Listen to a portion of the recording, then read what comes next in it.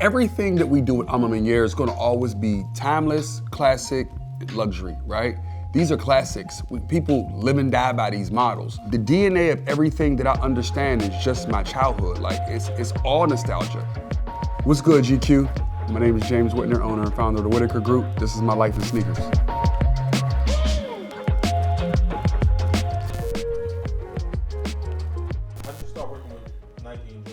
The start was like as a retailer, right?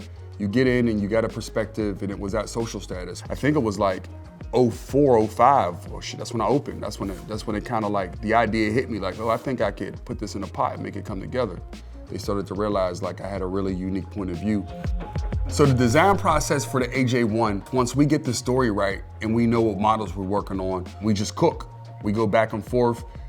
They bring in the rest of the extended team in who work on boxes and leathers, and then we just start pooling materials to get to a place. The AJ1 didn't start off as crackle leather. It started off as like this tumbled leather, and then we kept saying like, that ain't it. Like how do we push it?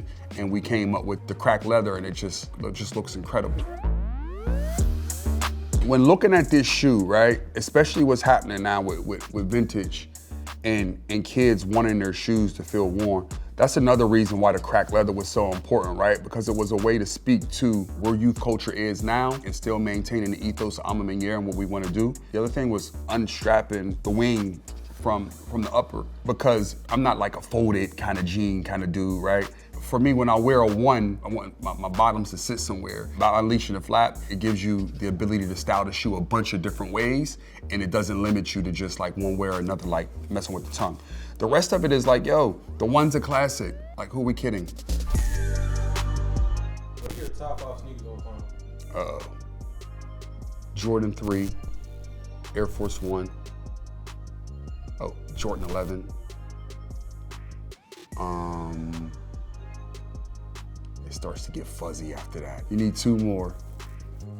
My era says the Air Max 1. Because Nautica sweats and Air Max 1s in the 90s is like it's a thing. Even though people remake that thing. I'll probably say after that, Jordan 4s. The Jordan 4 is so fucking classic, yo. Like, you could wear it up, you could wear it down, you could wear it with sweats, you could wear it with, so when you just think about just getting fly, the 3s and 4s you could take to so many different places. I grew up 80s, 90s, so MJ was coming out the first time. I think MJ was the first athlete that connected sneakers and culture.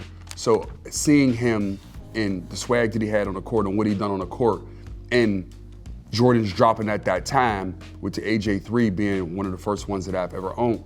Like, yo, like getting that shoe in that moment, it definitely, you connect to what you see. I think that was some of the feeling that you got at the time, because at the time, MJ was the biggest thing in the world.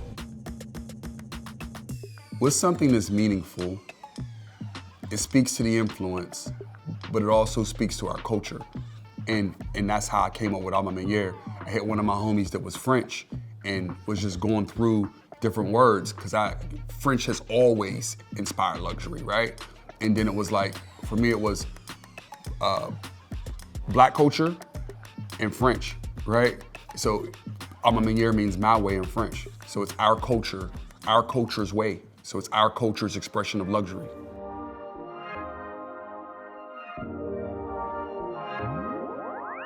When we started the idea of A Ma Maniére in 2012, people kind of thought we were crazy, thinking like, what?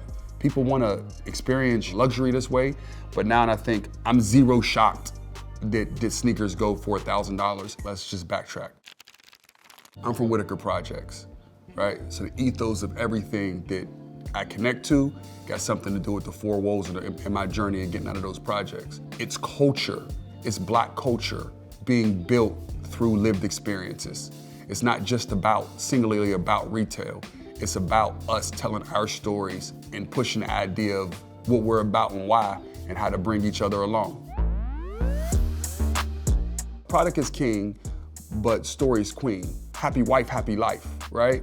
So in order to make products stand stronger, you got to tell meaningful stories. When you have those two things and they go together perfectly, you have a happy marriage. We wanted to tell a story of Airness, and the idea of Airness is something that you said is our culture being taken from us and sold back to us. Like so many times our culture is taken, sold back with no gain to us. And the story of Airness is just about celebrating who we are and the importance of our culture, while also making sure that we acknowledge the fact that so many things have been taken from us. For me, maroon's an important color because it represents like yo, when you grow up in a neighborhood, them folks there is like blood. And like I think for Black culture, everybody's so closely connected. And then like so much blood has been shed around me and with people I love and like the stories that we're telling. So for me, like that the use of that color is so important, and it also kind of connects to the ethos of Jordan brand because they use Team Red so much in a lot of the OG colorways. I think through sneakers, we have an opportunity to start to change the narrative of the world. Like, so the idea of building stores and telling stories, for me, it's about starting to change and reshape humanity and the way people think about us, right? Like, because there's a lot of ways that we still don't get the credit for a lot of the things that we do as Black folks and have opportunities as a race who exist in the world, right? So for me, it's about really just telling a story of Black excellence, and everything that we do is just about following our journey, the story of our people and our culture, and doing it in a way that's just so fucking good that people can't help but to start to look at us different.